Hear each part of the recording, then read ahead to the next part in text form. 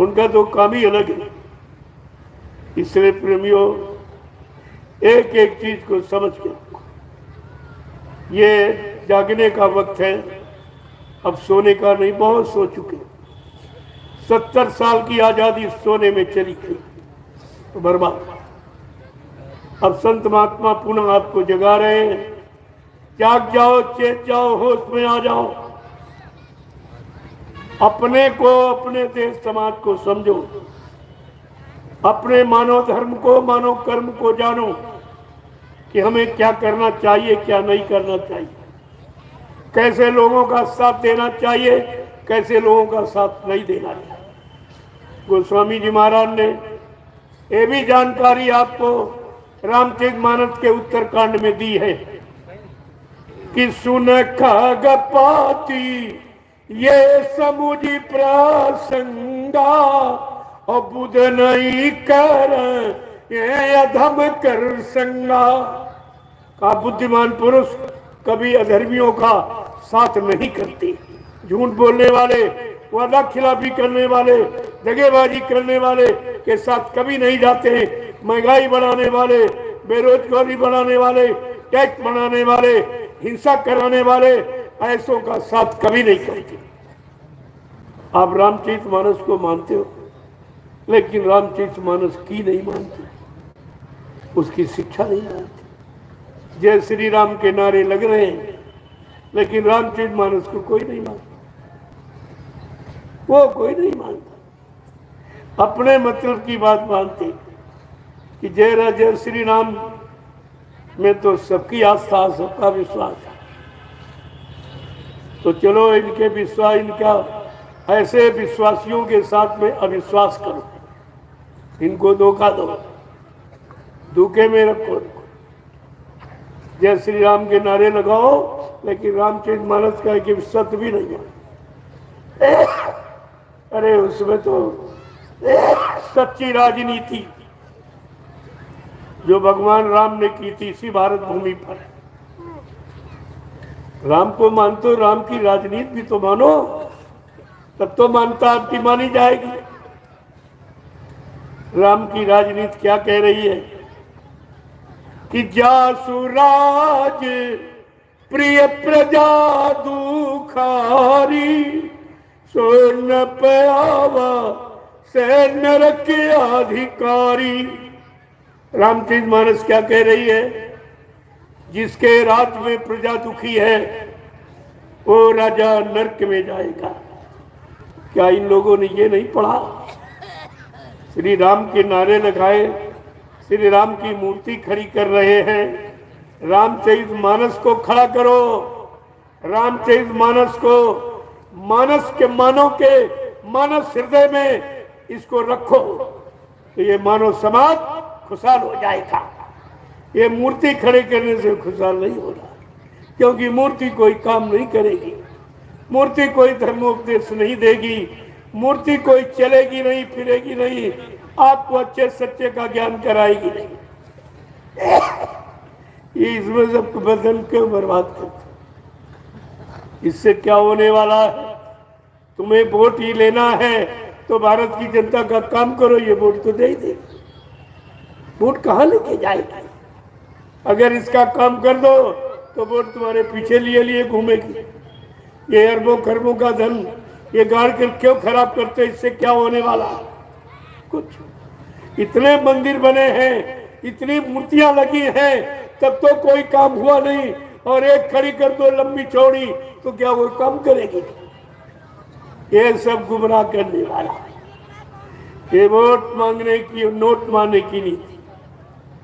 तमाम अभी सेवाएं चल रही गांव गांव, श्री राम के नाम पर लूट हो गई, सबको लूटा जा रहा। अरे तुम भगवान को बदनाम कर रहे हो, तुमको कैसी सजा मिलेगी इसका ध्यान तुमने नहीं किया है। ये भगवान लूटने के लिए आता कि सबको देने के लिए आता, सबको सुखी बनाने के लिए आता, सबको सुख शांति का रास्ता दिखाने के लिए आता। और इनका श्री राम क्या कर रहा? गांव गांव चंदा, गांव गांव चंदा, राष्ट्रीय संपत्ति का दुरुपयोग। जो भारत की जनता से लिया गया टैक्स, महंगाई तरह तरह से और वसूला गया और कोर्ट में जमा किया, आज वो सब इसी में खर्च किया गया। और राष्ट्रीय संपत्ति का दुरुपयोग, कितनी ट्रेनें मुफ्त चलेंगी, उनका खर्चा कौन देगा? कितनी बसें मुफ्त हो जाएंगी, चलेंगी, और लोग चल नहीं पाएंगे, जो वहां जाए वो बैठ के चले, बाकी अरे घर में चुपचाप बंद रहे, तुम कैसे चलोगे? और ये खर्चा सब पर लगाया जाएगा, चाहे उन बसों पर बैठो, ट्रेनों पर बैठो, चाहे ना बैठो, खर्चा तुमसे भी लिया जाएगा, क्योंकि महंगाई सब पर लगी, टैक्स सबसे वसूले जाएंगे। 24 का चुनाव होने के बाद एकदम टैक्सों की और मतलब यानी भरमार हो जाए, बरसात एकदम, तब तुम्हारी कमर टूट जाएगी, तुम ये दे नहीं पाओगे। अभी इसके किसी का इस पर कोई विचार नहीं, कोई बोल ही नहीं रहा, हमारे सिवा कोई नहीं कह रहा, क्योंकि हमारा कोई स्वार्थ नहीं, हमें कोई राजपाट चाहिए नहीं, हमें कोई इनसे मदद चाहिए नहीं, इनका दिया हम खाएंगे ही नहीं, वो अशुद्ध है, इनका दिया हुआ हम लेंगे नहीं, क्योंकि वो कर्जा है देश का, वो जनता का खून है। मैं इस तरह का काम नहीं करता और सबको यही कहता हूं, जो ले लेगा वो कितने जन्मों का कर्जदार बन जाएगा इस भारत की जनता का। भगवान राम ने राज किया और ये कह के किया कि मेरे राज में अगर कोई दुखी हो, किसी को कोई मेरे प्रति शंका हो जाएगी तो मैं राजपाट छोड़ दूंगा, लेकिन उसकी शंका का समाधान था। शंका के समाधान के लिए राम ने अपनी प्रिय स्त्री को छोड़ दिया था, केवल एक शंका, और यहां शंकाओं की समस्याएं बन गई। इसको दूर करने वाला है कोई? जो राम की, श्री राम की बात कहते हो, क्या तुम्हारे बस की बात? उन्होंने एक व्यक्ति की ने आशंका की, उन्होंने अपनी स्त्री को छोड़ दिया। इससे बढ़ के प्रिय कोई वस्तु नहीं होती, लेकिन छोड़ दिया। क्या तुम कोई ऐसा काम कर सकते हो? अरे श्री राम कहना सरल है, लेकिन श्री राम ने जो किया वो करना कठिन, तुम्हारे बस की बात है, तुम्हें नहीं कर सकते, क्योंकि राम महात्मा थे। सब पर राम तपस्वी राजा, तपस्वी यानी महात्मा थे। ये महात्माओं का काम ये दुरात्मा कर लेगी? जरा विचार कीजिए आप, इतिहास पढ़िए श्री राम का, तो एक भी बात इनके अंदर नहीं मिलेगी, किसी के अंदर एक भी बात। तो आपको विचार करना चाहिए। मैं तो इसीलिए कह रहा हूं कि आप भविष्य में ये न कह पाए कि हिंदुस्तान में कोई ऐसा व्यक्ति नहीं था जो सच्चाई को बताता। सबको लोभ लालच है, लेकिन मुझको कोई लालच नहीं, ना कोई पद चाहिए, ना कोई पैसा चाहिए, ना कोई सामान चाहिए। मैं तो लंगोटी में रहने वाला, मुझे किसी की कोई जरूरत नहीं, झोपड़ी में रहता हूँ, लंगोटी में। मेरा तो ये है, मुझे क्या चाहिए? और जिसको कुछ नहीं चाहिए, देश की सच्ची व्यवस्था वही बनाएगा, और जिसको चाहिए वो पहले अपनी व्यवस्था बनाएगा, इसके बाद तुम्हारे बारे में सोचेगा। तो आपको ये सब जानकारी रखनी चाहिए। आज देश जो बिगड़ा है उसका कारण क्या है? यही लोग हैं जो आज भी है, ये पहले भी रहे हैं, ये बिगड़ क्यों गया? तो तुम कह रहे हो अब करूंगा, अब करूंगा, क्या तब इसकी आवश्यकता नहीं समझी थी? तभी तुम देश में मुख्यमंत्री थे, प्रधानमंत्री बन गए, तभी देश में थे, तब आपने क्या किया? और अब चलो बड़ा पद मिल गया तो बड़ा काम करना चाहिए। तो छोटे छोटे काम नहीं कर पाए तो बड़ा काम कैसे करो? ये तुम्हारे बस का नहीं। आगे समय खराब आ रहा है, कुदरत की मार से कोई नहीं बचेगा। तुम सोचते हो कि हम अधिकारी हैं, मतलब हमारा अधिकार है, हमारी सुरक्षा है, लेकिन जब वो नाराज हो जाएगा, वो ऊपर वाला, तब ये रक्षा सुरक्षा तुम्हारी कुछ काम नहीं है। क्योंकि जब कर्मों की अदायगी शुरू हो जाएगी, जो जो कर्म आपने किए अच्छे बुरे, जब उसकी अदायगी शुरू हो जाएगी, तब फिर बचाने वाला कोई दिखाई नहीं। कर्मों की मार से बचाने वाला यहाँ कोई नहीं, केवल संत महापुरुषों के सिवा तुम्हें कर्मों की अदायगी कोई करा नहीं सकता और इस मार से कोई बचा नहीं सकता। आज स्थिति बिगड़ने का कारण क्या है? ऐसी स्थिति बिगड़ गई कि धार्मिक देश होते हुए भी, धार्मिक व्यवस्था होते हुए भी, और जगह जगह धर्म की चर्चा और धार्मिक ये चिन्ह, जो मंदिर मूर्तियां, ये भी धार्मिक चिन्ह है, लेकिन काम कुछ नहीं। धर्म की जगह धर्म बढ़ रहा, पुण्य की जगह पाप बढ़ रहा, सत्य की जगह झूठ बढ़ रहा है, मानवता चले दानवता बढ़ रही, रहम और दया की जगह हिंसा मारकाट बढ़ रही। ये सब उल्टा क्यों हो रहा है? सब उल्टा, और कोई काम हो नहीं रहा, और होने करने वाले यही, जब आप पहले नहीं कर पाए, अब कहां से कर लें? भाई 2 पंचवर्षीय मौका मिला है, तब नहीं कर पाए हो, क्या तीसरी में करने का संकल्प है तुम्हारा कि 2 में नहीं करेंगे, 2 में लूटेंगे और तीसरे में काम करेंगे? क्या ये मतलब है? क्या ये संकल्प तुमने लिया है? अरे देखने वाला परमात्मा सब देखता है। परमात्मा से डरो। मैं नहीं कह रहा, शास्त्र कह रहे हैं, मैं उनको आपके सामने उजागर कर रहा हूं। इन शास्त्रों को बताने वाला कोई नहीं कि धर्मशास्त्र क्या कह रहा है, ये भी तो दोषी हो जाए। तो इसलिए ऐसी व्यवस्था बिगड़ गई है कि भगवान पर भी टीका टिप्पणी शुरू हो गया। लोग कहते रहे भाई तू कहां सो रहा है, कहते कि पाप बढ़ता है तब तू आता है, क्या पाप अभी कम बढ़ा है? मारकाट हिंसा बढ़ती तब तू आता है, व्यभिचार गुप्तचार बढ़ता तब तू आता, चोरी डकैती कत्ल बलात्कार बढ़ता तब तू आता, सत्य भूल जाते झूठ बोलने लगते तब तू आता। अब तो ये सबकी बाढ़ आ गई, तू कहां सो रहा है? लोग क्या कह रहे हैं कि पाप हंस रहा है, धर्म रो रहा है, प्रभु तेरी दुनिया में क्या हो रहा है?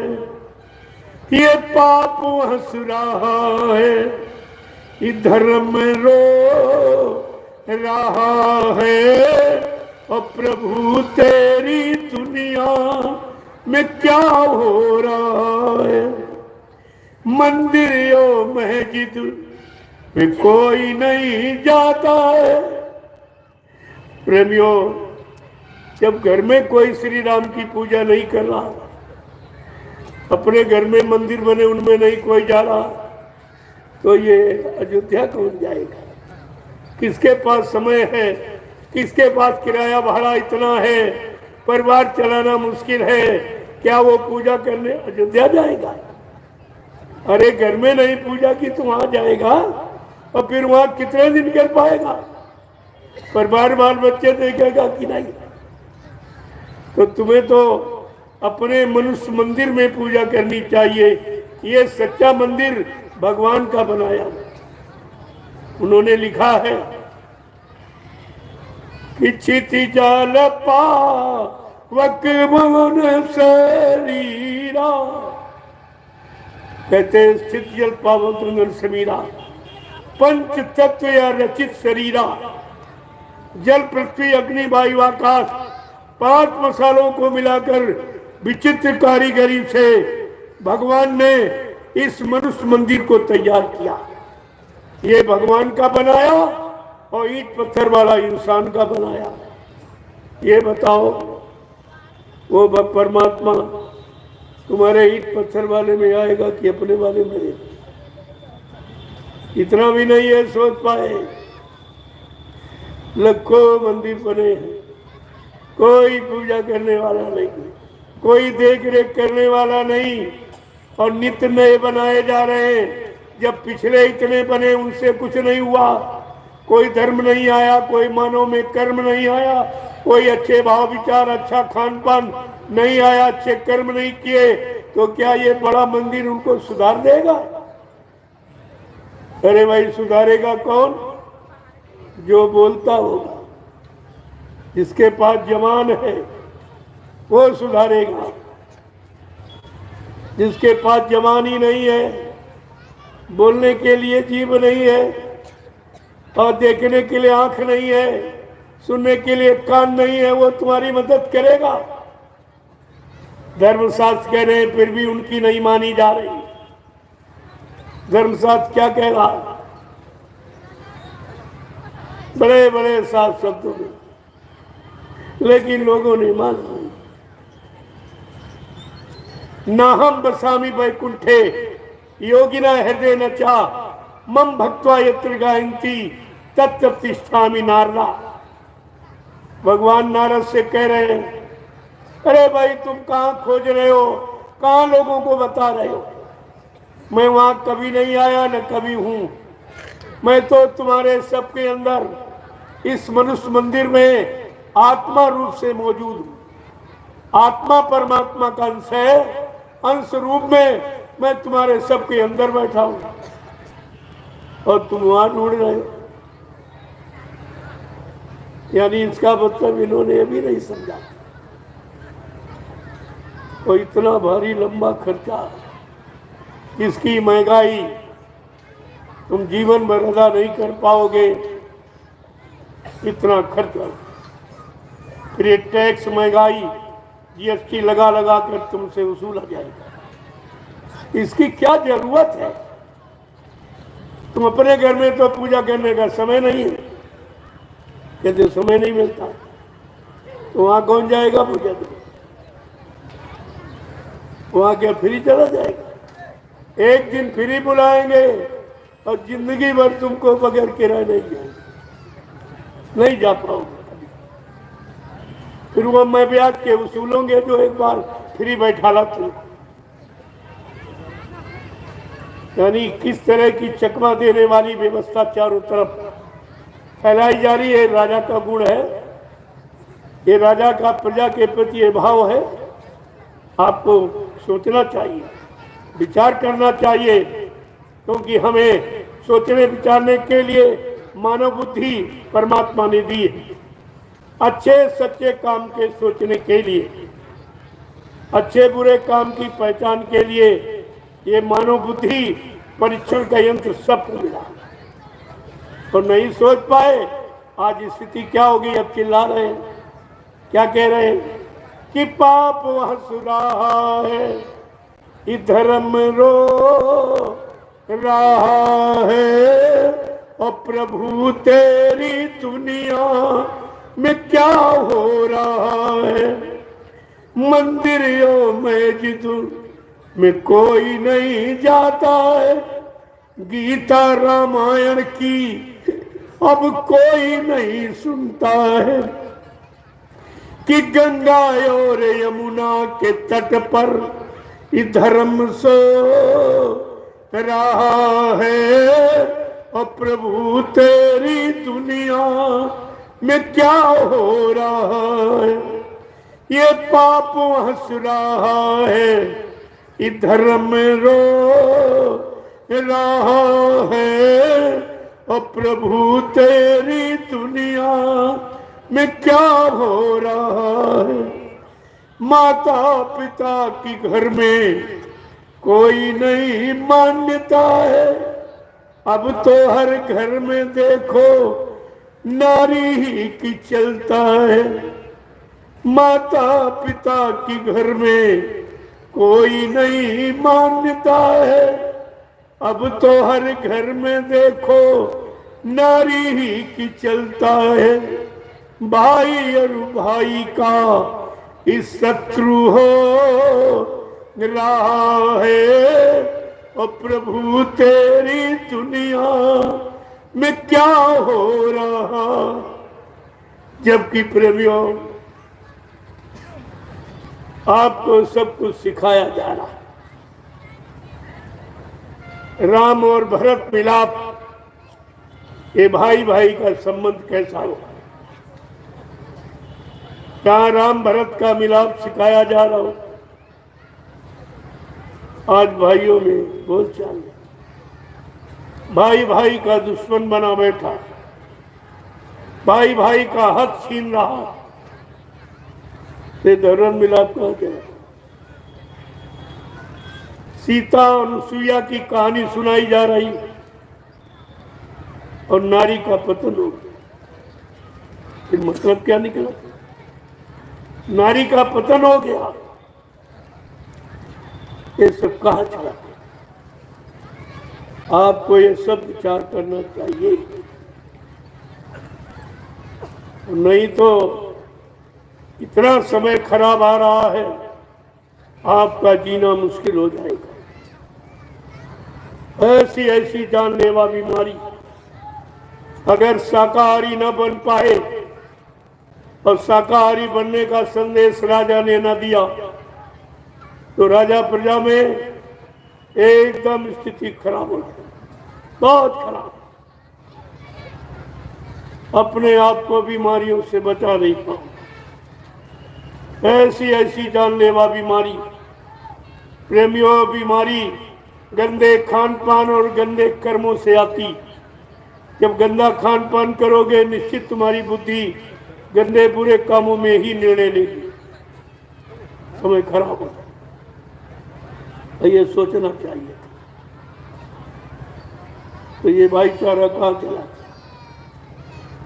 सती सीता अनुसुईया की कहानी का मतलब क्या। नारी का पतन हो गया। इधर राम कृष्ण की बात की जा रही है, उनकी चर्चा चल रही है और राजनीति धर्म नहीं समाप्त हो कुछ नहीं। भगवान राम ने दोनों नीतियों को रखने के लिए समाज में, समाज के लोगों को उसका लाभ मिले, देश के लोगों को, उन्होंने 2 गुरु रखे समय समय पर ज्ञान कराने के लिए। राजनीति की व्यवस्था ठीक करने के लिए वशिष्ठ जी और धर्म नीति की व्यवस्था ठीक करने के लिए विश्वामित्र। भगवान को 2 गुरुओं की जरूरत पड़ी और ये इंसान कहता गुरु कुछ नहीं। हाँ, ये सब निगुरे, कोई भी गुरु वाला सब निगुरे ही। और लिखा है एक निगुरा ना मिले चाहे पापी मिले 1000 और एक निगुरे के शीश पर 1,00,000 पापियों का भार। तो इन निगुरों से देश चलेगा, देश खुशहाल होगा, लोगों को सुख शांति मिलेगी, न्याय सुरक्षा रोजी रोटी मिलेगी। आपको इस पर विचार करना चाहिए था। 1 करोड़ महात्मा लेकिन विचार कुछ नहीं। सब रोटी खाने के चक्कर में, दान दक्षिणा धोती रोटी लंगोटी मांगने के चक्कर में, मान सम्मान के चक्कर में सब पड़े। इनको अपना होश नहीं है तो ये समाज देश के बारे में क्या होश ला सकते।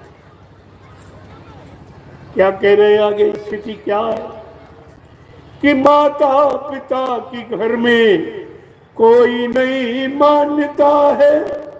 अब तो हर घर में देखो नारी ही की चलता है, भाई और भाई का इस शत्रु हो रहा है।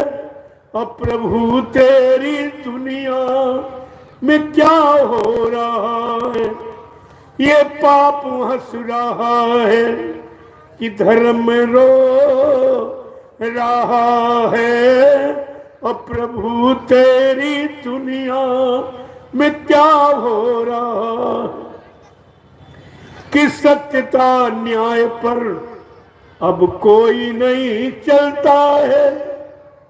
लेकिन रामचरितमानस क्या कहती है, कि स्यू दधीच हरिचंद नरेशा और सात है तुसे एक कठिन कलेसा और धर्म न दूसरे साथ समाना अवागम निगम पुराण बखाना।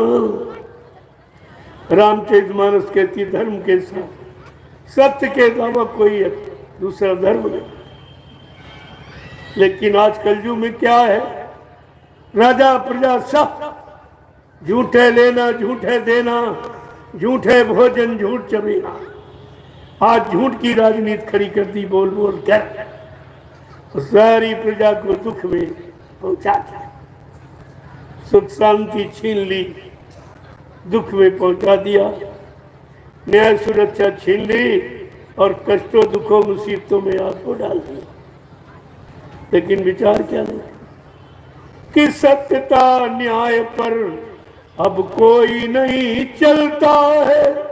छोटी छोटी बातों में नरगंगा कसम खाता है। एक कौड़ी पर ईमान खो रहा है और प्रभु तेरी दुनिया में क्या हो रहा है। ये पाप हंस रहा है, धर्म रो रहा है और प्रभु तेरी दुनिया में क्या हो रहा।